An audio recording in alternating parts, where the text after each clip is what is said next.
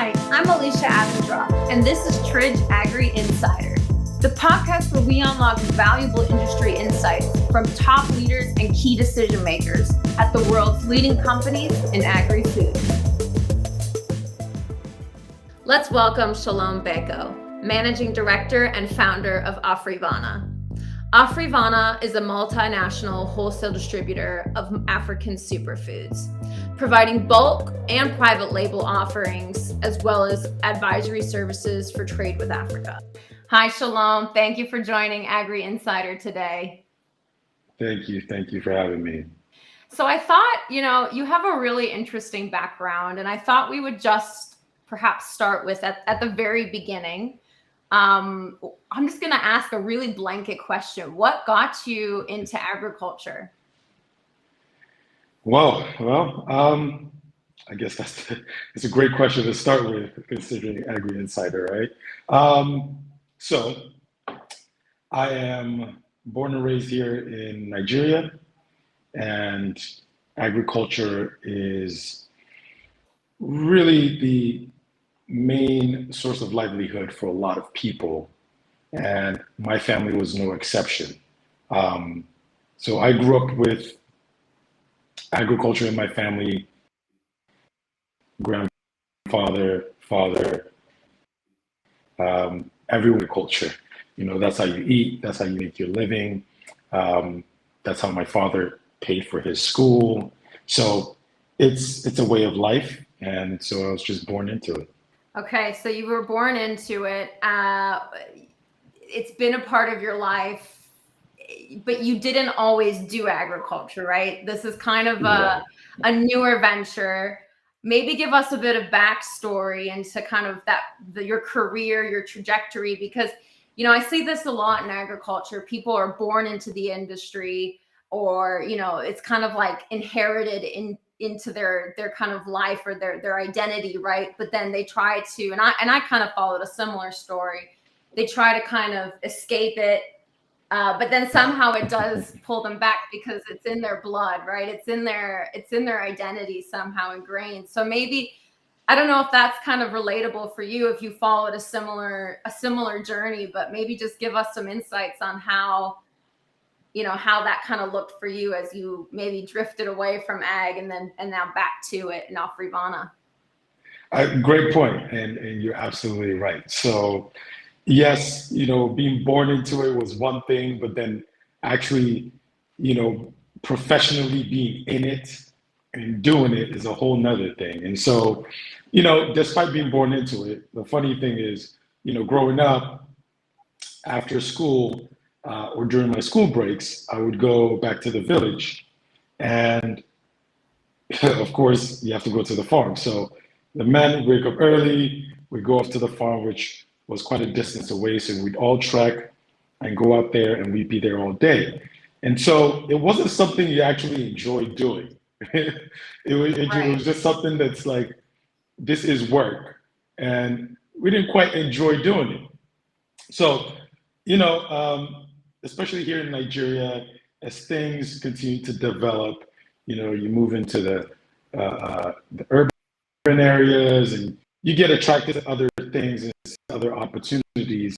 And so I got sexy enough. So it's not something that you look forward to getting into. I didn't. And I didn't really look back at the potential or look at agriculture ever as an opportunity or something I would get into, whether in high school, college, or after. So long story short, I went to school, college in the States, and I got into real estate, I got into banking, I played professional sports. And so those were a lot more the career paths I potentially saw myself in going into. But after a long journey, I kind of came back to agriculture. And how that happened was, I spent a number of years in the States. Once I moved from Nigeria to the United States in my teens, and experiencing some of high school, all of my college years, experiencing professional sports in Los Angeles, I still had this yearning to come back home. And what would happen was I would come back to Nigeria looking for business opportunities. And, I tried it with real estate.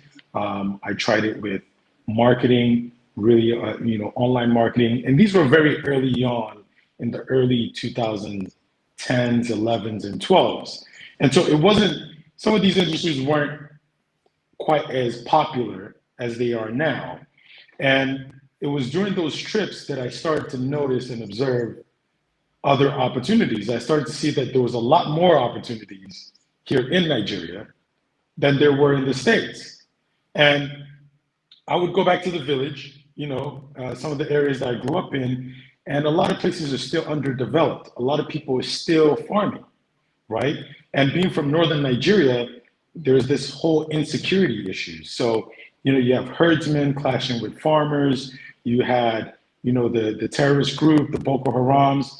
And over the years of coming back multiple times and looking at what I considered or what everybody thought was sexy to get into, whether it's tech or finance or e-commerce, I went back to the States and it just kind of hit me like a ton of bricks. What happened was one day I happened to be drinking Jamaica. Jamaica is what Mexicans call, hibiscus tea, right? They call it Florida Jamaica or Agua de Jamaica.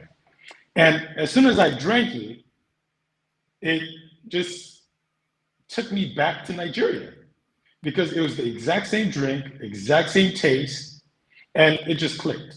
I was like, okay, if they're making this drink here, where'd they get the flowers? And so I started doing that research. I did the research and I discovered that most of the hibiscus flowers actually came from Nigeria. And most of it is grown in northern Nigeria in the communities that I grew up in because we farm it, but we always used it as a sort of like a boundary crop to set boundaries around your farm.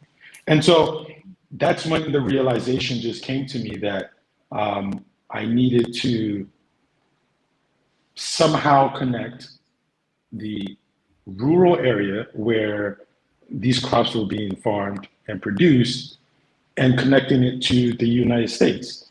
And so that's kind of what brought me back into agriculture. I saw the business opportunity. I saw the opportunity to bring development to the rural area because then I'm connecting international markets. And at the end of the day, all I was trying to do, even with e-commerce and with real estate, everything I was trying to do was centered around international business. And so that was the mindset I always had. And so that's really what brought me back into agriculture. I see it as an opportunity to scale development in the rural areas that I grew up in. And I see a business opportunity. Agriculture is very lucrative, from a business perspective. It's very lucrative. It's just labor intensive. And that's what drives you away from it. And so, yeah, that's really what brought me back into agriculture was that whole journey. So, but Yeah, I'm glad you brought me back. and I loved your story about being in the States in this like environment that I don't want to say was foreign, but it wasn't your home country in the sense that you were born in Nigeria, right? And you were just taken back to this childhood moment almost, right? Like a connection back in time. And I think that's really powerful because if you're feeling that way, there's definitely other people all around the world who would want that same sensation or even get that same sensation from a beverage or a smell or whatever it might be, a food, an environment, right? I think that's really powerful. Hearing you speak, I kind of was thinking, what drives your passion in agriculture? And it sounds like it might be this kind of connection between Africa and the States, and I guess kind of connecting these dots or being maybe this like liaison or intermediary between these two cultures and spaces, because I would describe you, just based on kind of previous conversations we've had, but also just hearing you speak today, as someone who kind of transcends both cultures, right? This kind of Western US culture and this African Nigerian culture. is that kind of hitting it on the nail? Is that where you would derive a lot of your passion today? I mean, I guess what makes you wake up in the morning? Like, what gets you excited? I tell you what, there's a few things. So, have you watched the movie Coming to America? No, but I'm gonna write that Oh down. my goodness. Oh wow. I should have made you watch that before we had this interview. Okay, so I'll give you a short synopsis. Okay. Coming to America is about this prince that comes from a made-up African kingdom called Zamunda, and he comes to America. And so it pretty much follows his entire experience coming to this new country, and his purpose of coming, he had a mission and a purpose for coming. I'm not going to kill it for you. Now, how that relates to me, there's a lot of things in that movie that are quite exaggerated, but I find a lot of similarities, right? And not a lot of people have these experiences where you move from another country, at an age where you're already right with your culture, with your principles, with all of that, and you move into a new society and a new culture. And exactly what you said, there is this whole entire space that I think is becoming a lot more popular now with multicultural kids. There's a whole generation of multicultural kids or bicultural kids, right? Whether it's India, America, India, UK, Nigeria, UK, Nigeria, America, and it's this diaspora community. And the diaspora community actually spends billions of dollars a year. Now there's a lot more research behind diaspora communities, but I'm part of what you call, that diaspora community. And we are a unique set of, or group of people that have these bicultural experiences and are able to, like you said, understand and transcend two different cultures and be able to live in both, communicate in both, and function in both. Now, there is a whole culture shock to that happens as well, which can be a whole nother study. However, yes, I am part of that. And what I've been able to do with my journey in this process is, and my business, has really been finding the strengths and using them. And the strengths for me are that, look, there's people that want to do business in Africa, but have no clue. That's one. Or two, have already failed or had bad experiences, right? There's a lot of people like that. And then there's people that, from the Africa side, they want to do business in America or in Europe, right? But they also don't understand the cultural nuances. And so that's a big part of international business and international trade is you have to understand cultural nuances because it gives you leverage and gives you that edge to succeed, whether it's identifying the right products, whether it's understanding, how different cultures conduct business differently, right? You go to Asia, the way they conduct business is very different than what you would find in America. Some people are a lot more, let's get straight to it. What's the deal? Let's get to the numbers. Let's do the deal. Other cultures are more, I have to get to know you a bit. I need to take my time. It's not a rush. And so going back to this whole thing, yes, what drives me has really been, one, experiencing a new society, experiencing America. I saw a lot of good, but I also saw a lot of bad. There's pros, there's cons. And coming back home, I always knew I was coming back home to Nigeria. So coming back home with new eyes and a new lens, I saw opportunities in ways that people who are in Nigeria or on the continent who haven't gone out don't get to see or haven't seen for themselves or haven't experienced. And so it's really about bridging those two. So to put it simply, yes, I am a bridge, right? And that's the part of business I sit in, whether it's consulting or in the products I trade, I am able to bridge two cultures, two countries, two communities, two societies, and I use it to my advantage. And the passion for me personally comes from the fact that I got tired of coming back home to Nigeria and seeing things the same way they always have been. There are, people still doing the same things the same way that they've been doing it before I was born. And so we're in 2023, and for me, that passion and what I found purpose in, to tell you, it's more about purpose for me. There's a deep sense of purpose for me to be a bridge, right? Both for the African American community of people who haven't experienced Africa, and for the African community who are trying to scale and get more development from Western society. And so I find deep purpose in that. And I found my purpose in life through that is in whatever I do, whether it's agriculture or anything else, I find deep purpose in being that bridge and being able to, contribute to both communities that I'm a part of, both on the continent in Africa and in the States. And so that's really what drives my passion. And I wake up with that every day. I love that. And it resonates with me as well. I don't know if you know this about me, but I'm half German, half American. So I grew up speaking both languages. It's not between the African continent and North American continent, but it's a slightly different and also very interesting bridge to kind of sometimes stand on between the European, or I guess the German culture and the American culture. So that really resonates with me. And I think it's really beautiful how you're translating that into a business model, right? You're translating that into an actionable business and connecting all these dots between the two cultures in a really cool way. And I guess that leads me to my next question. Can you tell us a bit about Afrivana? What does Afrivana do? Why Afrivana? Why now? Great question. And,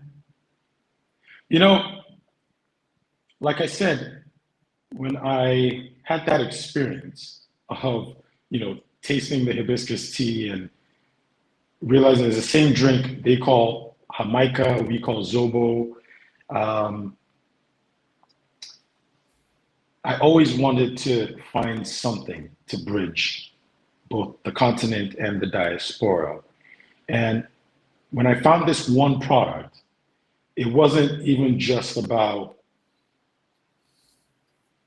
the African continent and the diaspora, because so many cultures use it, right? And so it just kind of fell into this space of trade. Now, I had never really traded physical products between the continent and anywhere before. However, my father used to ship cars since I was little. He's, kind of a car fanatic. And so he would get cars from Germany, cars from the US. And so there was a bit of understanding of how goods could move from one continent to another. And so with Afrivana, again, it was that realization that, all right, there is a business opportunity here, and there is a great, community development aspect to it.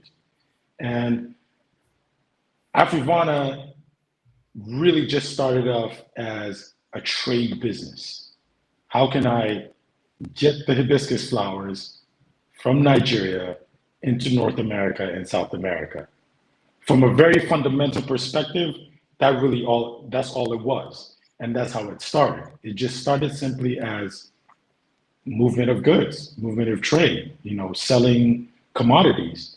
But it has since developed and, grown into something bigger, right? And something that I'm very proud of, which is that we're not just looking at commodity trade, because for a very long time, that is all Africa has done, is traded commodities. And going back to this passion and purpose I feel about developing my communities, these were some of the things I realized while trading hibiscus flowers, was that, okay, we're taking it from the farm, we're trading it, and that's that. So the only value I've brought is really for a farmer to be able to harvest it, dry it, and sell it off. There's no value addition. I'm not, creating any new jobs. I'm doing the same thing that I'm complaining about other people doing.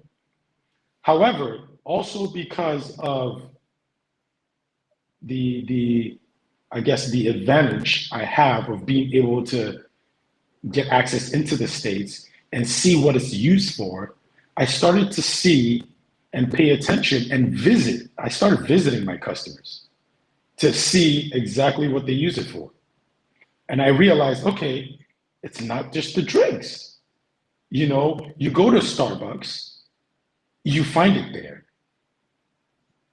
You go to some of these places and not just drinks. You go to a PetSmart, you go to a spa, you see it in shampoos, you see it in soaps, you see it in candles. You start to see that it's used for a variety of things, right? You go to, vegan food places in Los Angeles, and you find that your vegan tacos are made with hibiscus flowers. And so that kind of took Afrovada that led me to this vision of Afrovada becoming bigger, of not just being a trader of commodities, but also getting into value addition. Vertically integrated. Right? Whether it's vertically integrating into small scale manufacturing, hopefully going into large scale manufacturing someday, but also into distribution. And the distribution aspect just came from the fact that everybody I was selling to was, most of them primarily in Mexico because of the commodity I was primarily selling. They were either in Mexico or in the States, and you're talking about distributors or manufacturers. That's what their business was. And I saw that they were distributing other Hispanic products from Latin countries.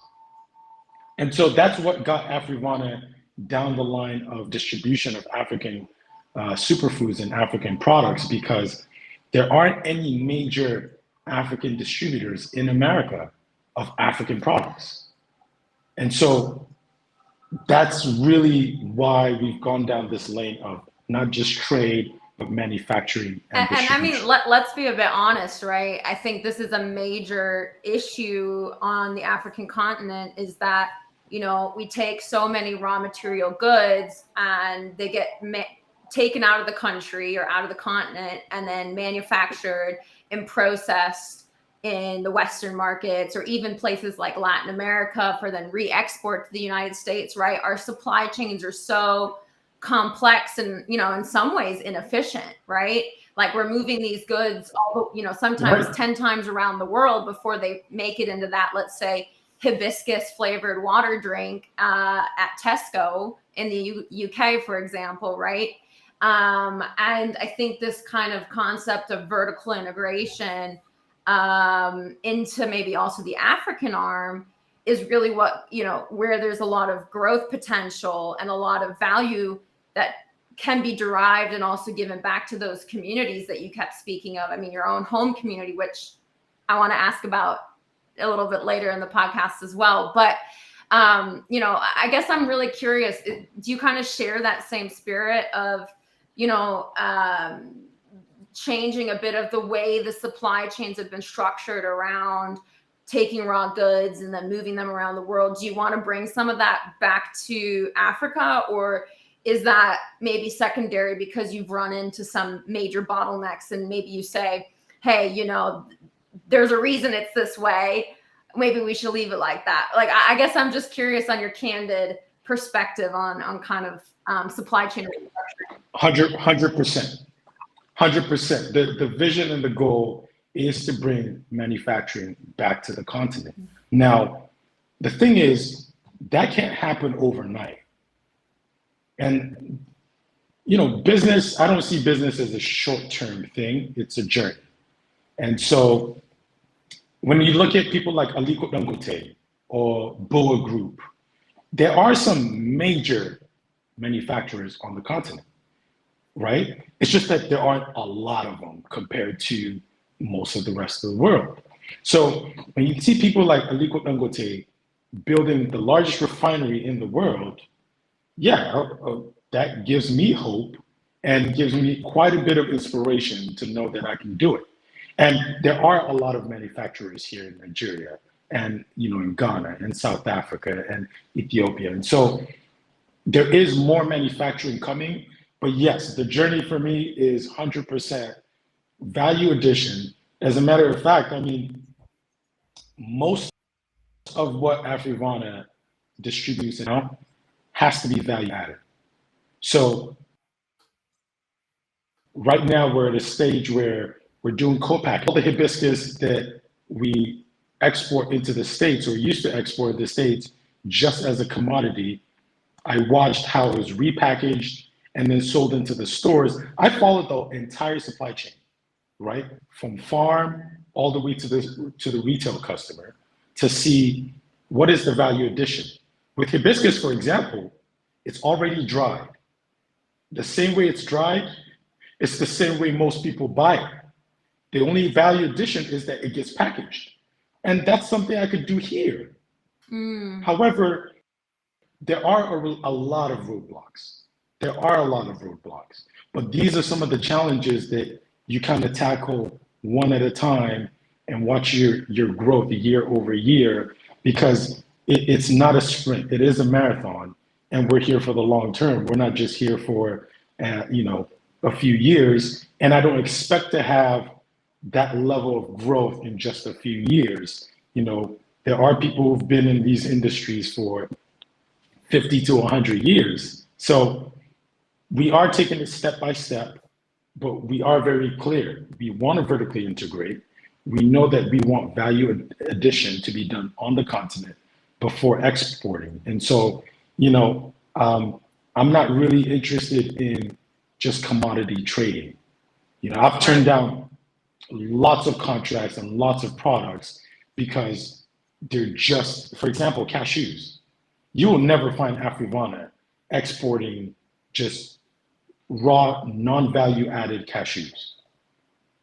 It doesn't matter the size of the contract because it's just not part of what our vision is. And so, yes, 100%. The continent needs manufacturing.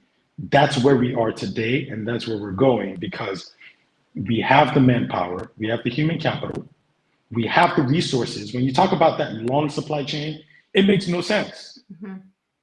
That's why things cost so much, right? It makes no sense that you can have, cocoa leave Nigeria or leave Ghana or leave Ivory Coast, go somewhere else, get made into chocolate, and then brought back locally into Nigeria to purchase. It would be much cheaper, even for the end consumer, if the raw materials already here. So when you talk about logistics and the logistics of getting raw materials to a local factory that produces it, and then you export, saves everybody time and money. Yeah. So what do you think, in your opinion? I mean, you said you're calling in from Nigeria, right? You're in Nigeria now. Yeah. Okay, brilliant. I am. So, you said you want to vertically integrate, you want to bring manufacturing back to the continent. I get it's long haul, but what are some of the roadblocks? I mean, what are some of the issues you face when you say, okay, it sounds great, but when you start actually implementing and you roll up the sleeves and you go out and you start doing, I mean, what are some of the roadblocks that you see? And, what are some things that you'd like to change pretty quickly to drive that I guess, that mission? Okay. I'll start with local roadblocks and then I'll get into international roadblocks. Okay. Because there are domestic roadblocks and then there are international roadblocks. So domestically, infrastructurally, I'll speak of Nigeria. We have certain infrastructural roadblocks. Now, I will say that domestic or international, the number one roadblocks are people. That's the number one roadblock, is people themselves. However, with infrastructure, roads are a roadblock. The logistical dynamics to getting goods, from northern Nigeria to the ports in southern Nigeria is a whole journey and experience. You know, that alone, you could make a movie out, right? So you have the logistical roadblocks. You also have certain roadblocks in terms of, electricity, right? Power. Power could be a huge boost for development. And in Nigeria, we still have infrastructural roadblocks like power, like, roads, and then depending on what product you're talking about, water, right? And so, and then even just get into like quality and all that stuff, but it still comes down to having the infrastructure around proper warehouses that have the proper power supply and the right road networks, right? These are some of the roadblocks when you talk about the domestic roadblocks. And I already said, people are in a category of themselves. That is the number one roadblock everywhere is people. But everything outside of that, you have some of that. So that's domestic. Then internationally, there are certain roadblocks for, let me say, for an African exporter and distributor like us. You have to get over the learning roadblocks, right? You have to learn what are licenses you need, what are the, importing requirements, what are the certifications you need, right? People don't know about, not everybody knows about getting the certificate of analysis or the standards to which the American consumer or the American buyer requires for their goods to come under. When you're talking to somebody that is in a rural area or is just used to a certain standard of, accepting a certain quality of product for a domestic market, they're not really thinking about it from your perspective. And so there were a lot of roadblocks of learning how to import, how to package, right? If you see the way we package commodities in these sacks, it's acceptable domestically, but a Walmart or a Target, they're automatically gonna decline that product, not because the quality isn't great, but simply because it's not packaged properly.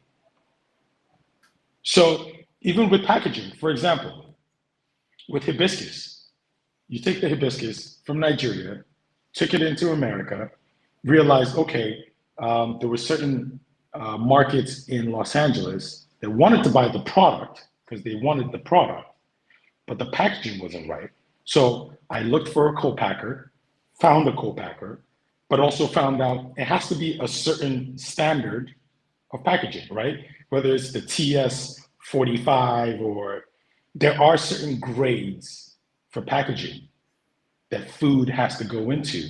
You can't just put it in any old bag and it's fine, right? So these are things that you have to look into and figure out. You have to get your certificate of analysis. You have to do certain things that, for someone in the local market, all they care about is take the product, it's good, take it home, boil it, make your tea. So there were some of those roadblocks. Other roadblocks also included things like being a new player, right? Afrivana has very much been, that out of nowhere, kind of that 6-man, dynamic where we just kind of came out of nowhere to most people. And the reality is we took a lot of time to do research before we started playing in the game. So that kind of surprise element for some people and a lot of people in the industry, they're very standoffish. Like I said, people have been in these businesses for 20 plus years. If you're a rookie in the industry anywhere, whether you're a freshman in college or you're a rookie on a team or whatever, there's certain things you have to go through to kind of earn your stripes. And so we've had to take steps to earn our stripes in the industry, and we're still earning our stripes to show that we belong here, to prove that we are worth paying attention to. And so I said, it wouldn't be fair to jump into any industry and really not have barriers to entry. So there are barriers to entry. I don't hate all of them, but there are some barriers to entry that, and they're good sometimes. Barriers to entry kind of determine, are you in it? Do you have the skin for it? Can you earn your spot? Can you develop a niche for yourself? There's a book I recently, Blue Ocean Strategy, right? You kind of have to define your own space. Business is a sport. So you can't just expect one to say, hey, come in with open arms. People really have to see that, you're a player worth playing with. And I'll give you one short story about that. So I was making some calls. Right, to find customers for my hibiscus. And I called this distributor in Los Angeles. And so he was like, yeah, everybody calls and says they have this product and blah, blah, blah. He was like, listen, if you're the big shot you think you are, why don't you go down to Mexico and then you can call me? And I said, okay. And that's exactly what I did. I took his advice. I bought a one-way ticket to Mexico. And when I landed, I called him. I was like, yeah, you said to come to Mexico. And he was like, are you serious? I was like, yes, I'm in Mexico right now. So he was like, all right. And I tell you what, that's somebody that we still do business with today. Great. And I'm proud to say that because, again, it's about earning your stripes, earning your spot. There are barriers to entry. There are, hurdles to cross about who's really going to put in the work and the effort to do that. And that's what Afrivana is. We're here to prove and show that we are the African distributor you should do business with. Yeah, and I think what you said, those entry barriers, I mean, if it were easy, everyone would be doing it, right? That's like the most common saying in the book. And I think you're right. I mean, Western markets, they're very demanding. They're very, high entry barrier kind of markets. And it does take an element of education. And I think, looking at one thing that stood out to me when you were speaking is, I think that keyword education, I think in the African markets is so critical, right? Not just how do I produce maybe better, smarter, more efficiently, but also, what do I even need to do to change the outlook that I have on the world around me? I mean, how do I enter these markets? How do I get into the United States market or the German market or the European market? How do I, tackle this whole concept? And I think there's more and more institutions kind of popping up that are trying to bridge that gap. I guess my next question for you would be, what projects are you working on specifically? And I guess, do they relate to maybe some of that educational? Because I'm thinking you've got the sales side, right? So you're obviously working on certain products that consumers will love, and I'd love to learn about that. But maybe you've also got some projects going on in Africa domestically that you'd like to share with the audience? Yeah, great question. And yes, absolutely. So in terms of products, we've expanded our portfolio, right? We're bringing in other African superfoods that some people are familiar with, but there's a lot of education that has to be had with African superfoods. And so with that, there is an aspect of our business that will be heavily educational driven.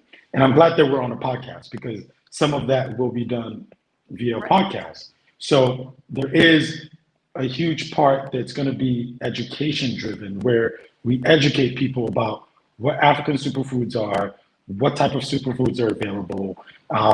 And quite frankly, there's a lot of them or some of them that people already use but don't recognize as African superfoods, hibiscus being one of them, right? So there's that part of things where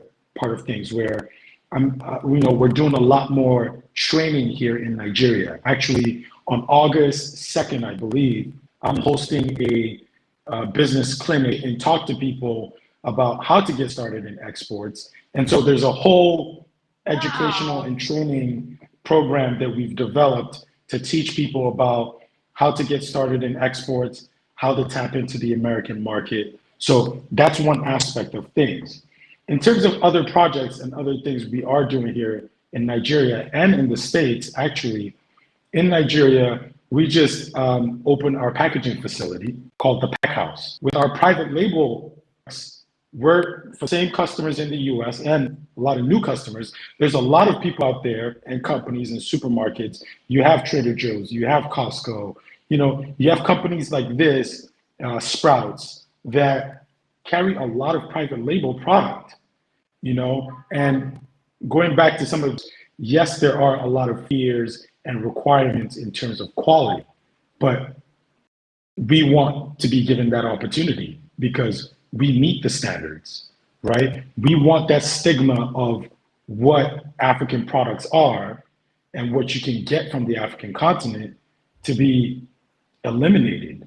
And that's what Afrivana is here to do. So we have the quality standards, we have the product, obviously, that they need, and we understand how to package it because we've spent the last couple of years in the United States, packaging in the United States for these same customers. We understand exactly what they want. So now we're bringing it back to the continent to be able to do all our co-packaging here for our private label customers in the States and for anyone else that needs contract manufacturing. So that's really the other thing that we're doing here on the continent, contract manufacturing and co-packaging.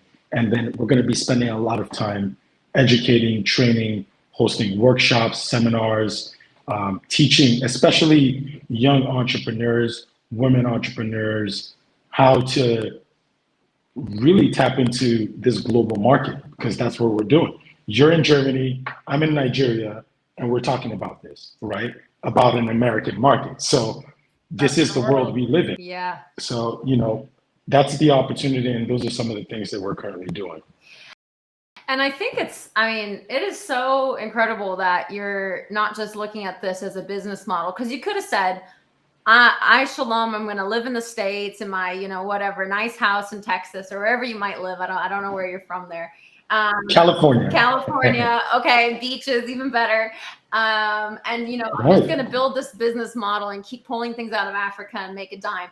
But instead you decided to go back home, right? You're living in Nigeria, and you're not only just looking out for the business and the profits, you're also re-educating young entrepreneurs, young leaders in your community. And I think that's just incredible. I don't think a lot of businesses do that, especially at such an early stage, right? You're not, a massive established company with X amount of marketing spend on, social projects or something. You're doing this out of the root of your, I guess, your upbringing and your heart. And so I'd like to kind of go into that a bit more. Let's, dig into some childhood stories maybe, or just some of that, what you said about the community element, because I think, for me, living in Nigeria, I can't even really imagine it. I hear stories, I've watched documentaries, right? But, what does that look like on a daily basis? And I guess what were some of those early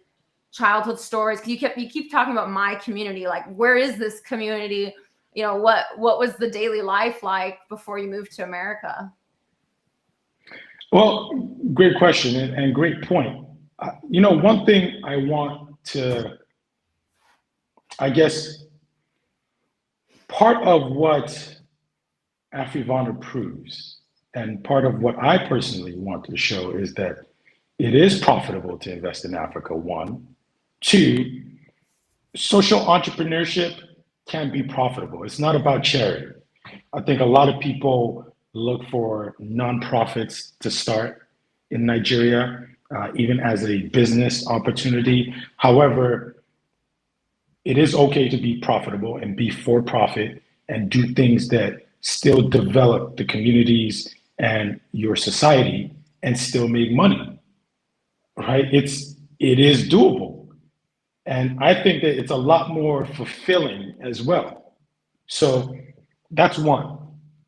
Two, in terms of life in Nigeria, Nigeria is probably one of the most interesting places you will ever go to in this world. And I say that obviously as a proud Nigerian because we're known to be quite proud, but I also say that because it's quite true. Because in Nigeria alone, you have well over 400 different dialects. Mm-hmm. Okay? You have, and so your experience of Nigeria will be totally different. It would feel like a totally different country going to a different side of Nigeria. So it's not this monolithic country. You get so much culture and you get so much diversity out of it. And so that is the beauty of Nigeria. And that has also been our challenge, is that when you have so many differences and different cultures and different interests, it could be a challenge to become unified or have a united vision or look at each other as one. And so for me, I always say that I'm always specific about saying, I was born and raised in northern Nigeria. And the reason why I'm specific about that is simply to give a cultural context to my upbringing. And so when someone from Nigeria hears that, they automatically understand the cultural context under which I was raised.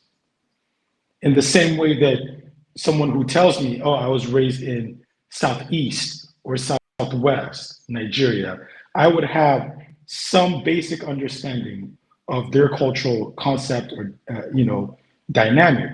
Now, at the same time, I think some of the most popular places in Nigeria are Abuja and Lagos. Mm-hmm. And so when you go to Lagos, it's kind of like New York City wired on Red Bull times 10, right? It could be quite chaotic. It's very populated in very tight spaces. And so if you've been to New York and you get that dynamic, that's what you're getting. You go to a place like Abuja, it's more like Washington, D.C., right? It's the political capital. You have that sense of things. It's not as crowded, even though it's getting more crowded, but it's not quite New York, right? And so that is how I would describe it generally.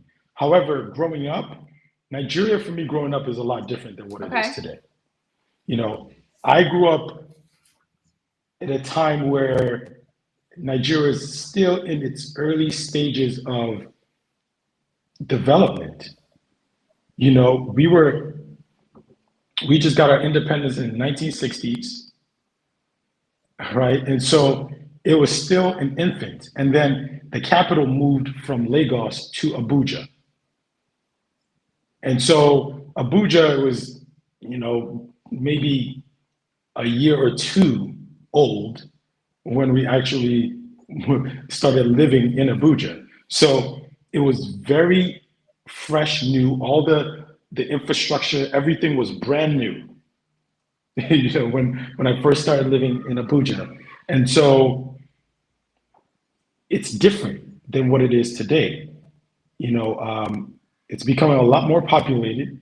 More people are moving to the urban areas from the rural areas. There's a lot more development, a lot more businesses, a lot more people. And so it looked very different. And in northern Nigeria specifically, culturally, things are still the same, right? And I enjoy that. I quite frankly do. Culturally, things are still the same. And, it makes me feel at peace and at home being able to have that. It's like Abuja and Lagos, that's kind of where, I go to get business done. And, to get business done, you kind of want the hustle and bustle.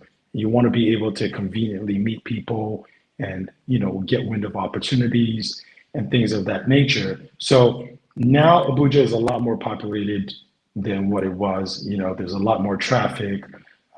But there also still is a lot of opportunity because it's still in its infant stages, quite frankly. So it's growing Growth daily. potential is massive, The right? growth potential is massive. It And I really think is. Nigeria has the largest economy in Africa now. I mean, That is that's what correct. I was told. They've surpassed South Africa in terms of economic firepower. So that's quite something. It's a show of how formidable of a country I think it is. You did say one interesting thing too, about culture and how you like this North African culture. I guess it's a big part of your identity and you like that it's kind of still staying. And I think there is this dynamic between globalization, kind of almost, I would say, versus culture. And I think you see a lot of Mm, places as globalization continues, a lot of these unique kind of micro cultures. I mean, I see it even in Germany, right? We used to have a very strong culture. It's very different now. It's dissipating. You see it in Latin America. You've got these beautiful tribes and they start to westernize, and you're seeing it kind of all over the world. And I've had this conversation even in a personal notion where I have a friend from Chile and he said, kind of, because Chile is a very advanced kind of Latin American country. And he said, all of these tribes, all of these kind of things that made Chile unique, we've had to sacrifice and kind of push aside in order mm. to be a global player, right? And, I want to kind of just, because who knows where, maybe this podcast proceeds and, 100 years from now or 200 years from now, someone gets to listen to it. Can you kind of just share what is that culture that you hold on to? And is it very agronomic based? I mean, is it agricultural based? Just give us a bit of insights, because who knows, right? The globalization trend isn't stopping, and I kind of Right. like to capture that. Yeah. Look, so Northern Nigerian culture, I'll describe a few ways. So it is very agro focused. It's still, a lot of people are still make their living off of agriculture. So it's still agricultural based. Um, Religiously, it's predominantly Muslim. In terms of northern Nigeria, most of southern Nigeria is predominantly Christian, and so that's quite an interesting dynamic to Nigeria as a country. But speaking specifically for northern Nigeria, culturally, I would say there's a lot of similarities with um, Arabian society, Mm-hmm. or I would say Middle Eastern culture. Very, very similar in terms of religion, in terms of some of the language, in terms of just cultural new food. So there's even, horses. Um, there's a lot of similarities there. So we have a lot of farmers, we have a lot of cattle rearers, um, a lot of nomadic people. And so what you find is the culture you have, if you were to draw a line across sub-Saharan Africa on a map, you'll find that East Africa, along that line, the cultures are very similar, and you'll find that the religions are predominantly the same. And so that line cuts across northern Nigeria. So when you go from Senegal all the way to Sudan, and you draw that line, at least with a certain width, if you will, sub-Saharan Africa, you'll find that those cultures are very similar. And interestingly enough, right, when we talk about trade, right, the same trade we do with hibiscus and other commodities, that was the trade route. There is a sub-Saharan trade route that's very ancient.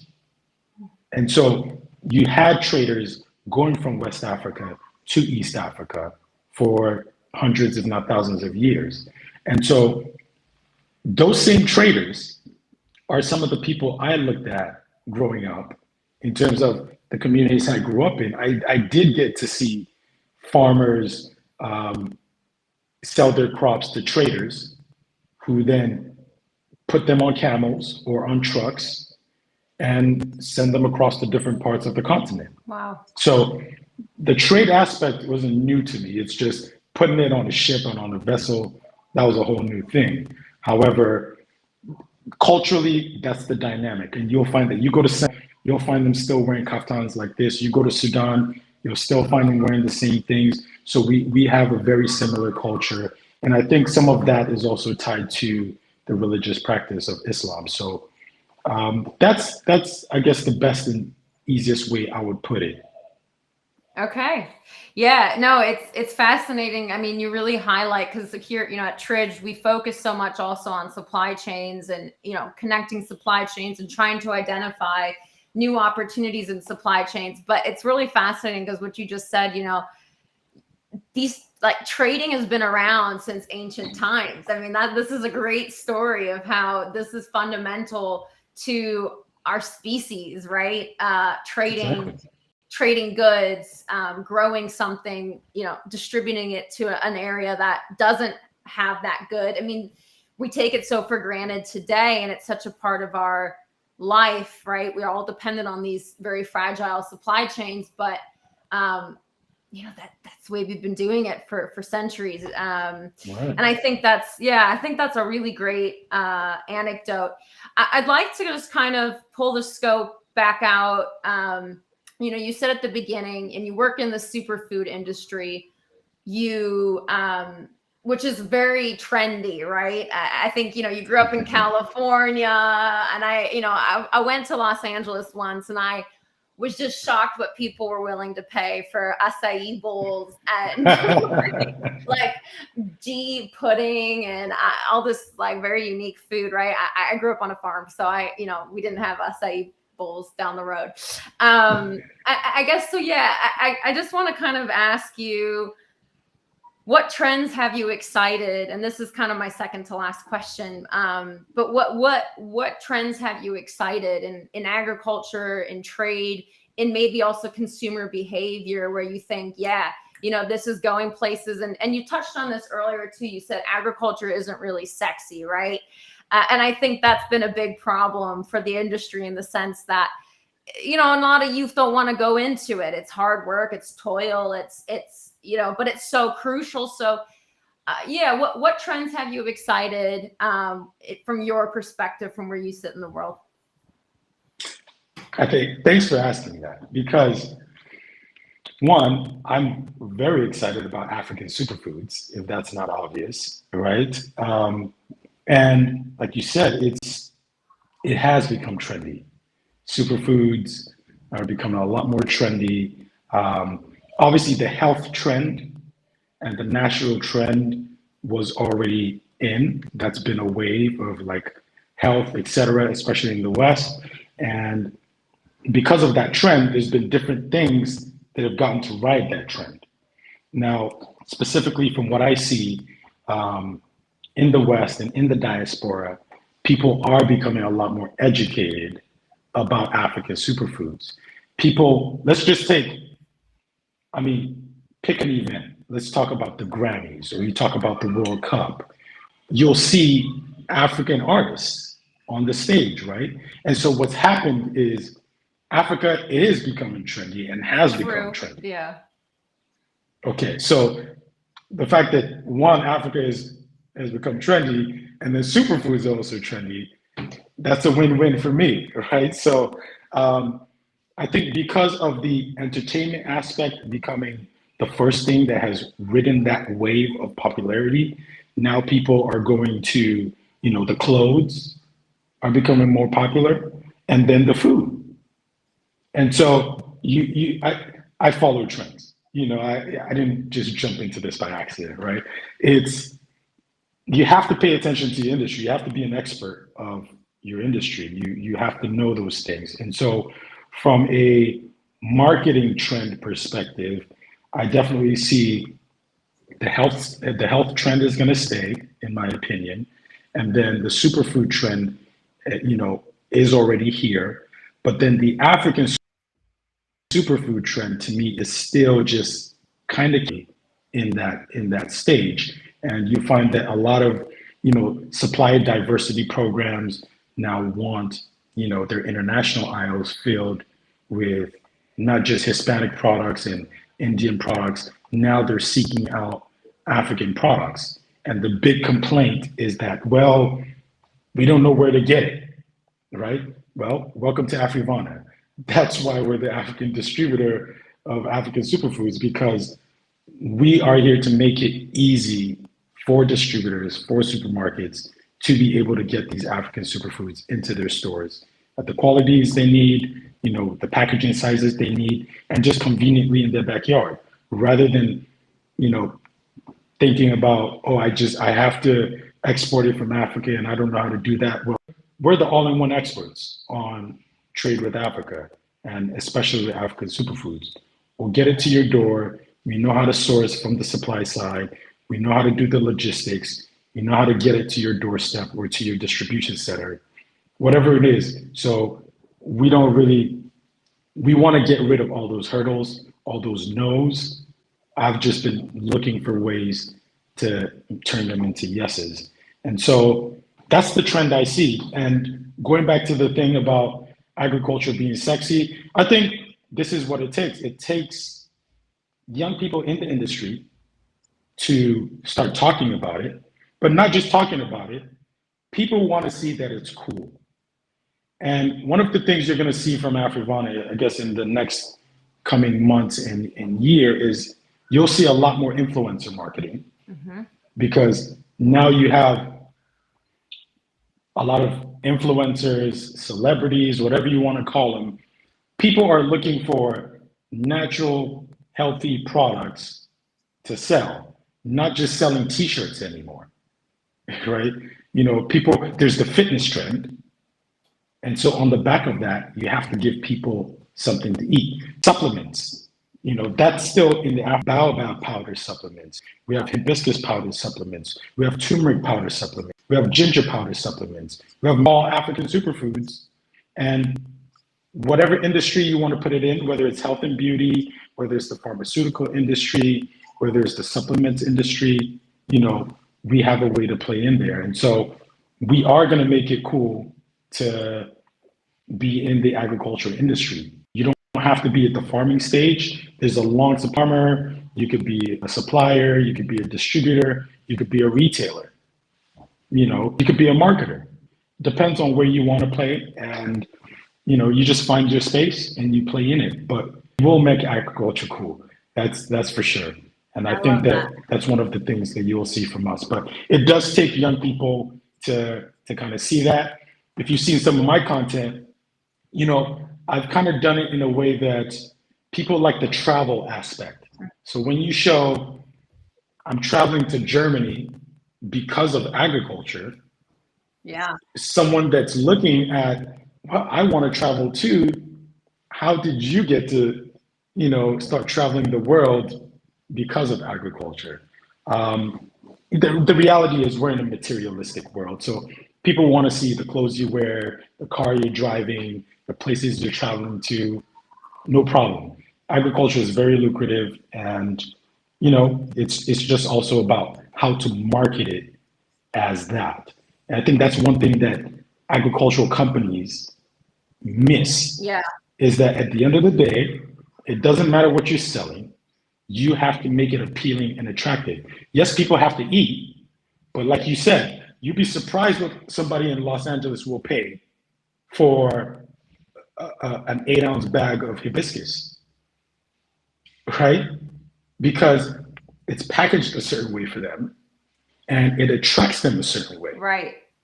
People want to be, you have to appeal to the taste of different people. Just because someone has to eat doesn't mean they'll just eat trash or that they don't want their food to come out in a fancy way. There's lots of restaurants that will serve the same salad. One person will charge $5 for it. Another person will charge $20 for the same Caesar salad. And it's all about presentation. It's like brand identity, right? And I think you're playing into that where we need to get stronger in agriculture of creating, and it's a big topic, right? Because agriculture has been this kind of commodity-based industry where it doesn't really matter. It's just it's just grain, or it's just apples, or it's just, whatever, it's just a papaya. And we need to definitely start shifting. And there's been movements toward this, like, they're doing branded apples, you're doing branded fruits, they're doing all sorts of different things now, because that's where the money is, right? That's where the opportunity does lie, is really speaking to consumers directly, and actually giving some of these ag products an identity, right? Giving it real people, giving it real stories. Yeah. And I guess that would be my last question. Do you have a story you can share with us, Shalom? Something out of your life in this business? Is there any final kind of anecdote that you can share, like a case study that brings Afrivana and I guess the spirit of what you just said to life? A case study that brings Afrivana to life. Well, gosh. To have you stumped? Well, let me not say you have me stumped, but I'll tell you this. So one of the things that, like I said, marketing is a big part, and this will still play into that. It might not be, I don't know, well, I'll just say it. So really, for me, the story or the case study I'll give is really showing how one product moves from farm all the way to retail. And Wow. I spent a long time showing that in bits and pieces over years until the final thing all came together. Someone could look at a 1-minute video from Afrivana where we're showing you farm to, to store, but people don't understand that there have been years of work behind that, right, to get to that point. And when I initially decided to come back to Nigeria, I called an aunt, and I had told her that I was coming back. Actually, back up, she came to visit in the States, and I was telling her, yeah, I want to come back. Because a lot of people in the diaspora always talk about coming back. They always want to go back home, but not everybody does it. And then some people get back home. And now, in my case, I had told her, I'm coming back to do business. And she said, okay. So I showed up, and this was probably 8 years ago or so. Now I take that back, probably like between 4 to 6 years ago, give or take. And what happened was I came during like a political year. And so a lot of things were happening, blah, blah, blah. And I finally made it to, a very rural area where most, even when I tell even northern Nigerians I'm going there, most people are like, why? So Wow. I went there, I spent some time, did my research, made my connections, and started documenting that process. Now, I've been documenting this process. I told you about taking that trip to Mexico. I've been documenting the Afrivana journey from its beginnings. That trip to Mexico, when I first got there and didn't know anybody, and that's all been documented. And so I've kind of been gathering these blogs and this journey to form this case study. And the case study is not done. I think this will be part of it. But essentially, the case study is, how do you take a kid from northern Nigeria like myself, or a young man from northern Nigeria like myself? I come from the part of northern Nigeria, the northeast, where the infamous Boko Haram comes from. And so coming from that area, right, it's how do you shine light on a success story from that, from what seems to be, at one point considered like the worst place on earth, kidnapping hundreds of schoolgirls and getting all this bad press. How do you reverse that? That's one.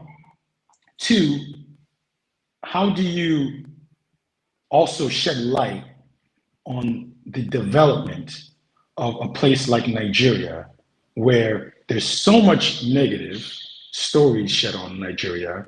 Infrastructure-wise, it's far behind what used to be some of its peers. When you look at, several Middle Eastern countries, and places like China and the amount of years it took them to get to where they are today, that's the story you're going to hear of Africa in the next 10 to 20 years, in my opinion.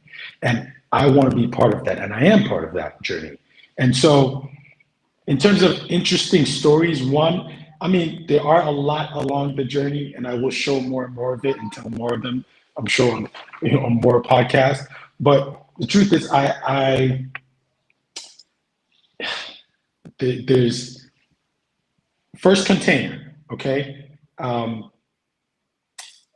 Someone tried to blackmail, no, not, I think it's the word isn't blackmail, but try to, perhaps I would say extort.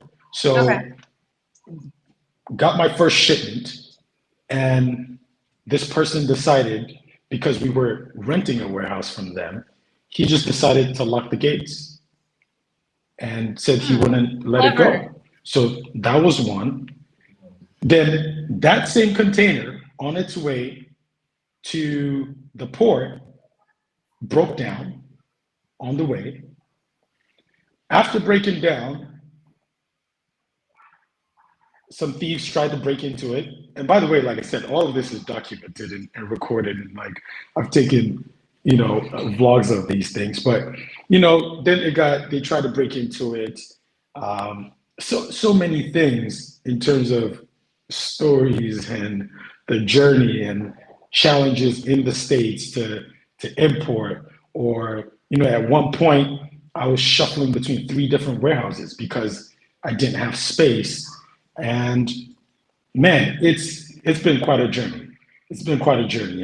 And all in all, though, I am grateful for it because it has built more tough skin for us as a company and as an individual. I have real experiences of things that you probably wouldn't imagine, going through and still being here. I'm grateful to God for all of it. And I'm grateful for the experiences because that is what the advice comes from. That's where it comes from. It comes from real experience. We don't just give theoretical advice. Like we've done the entire supply chain. So we can really advise from that perspective. Going to Mexico, that was also something that a lot of people saw as very risky, especially because at that time, there was a ban on Nigerian hibiscus to Mexico.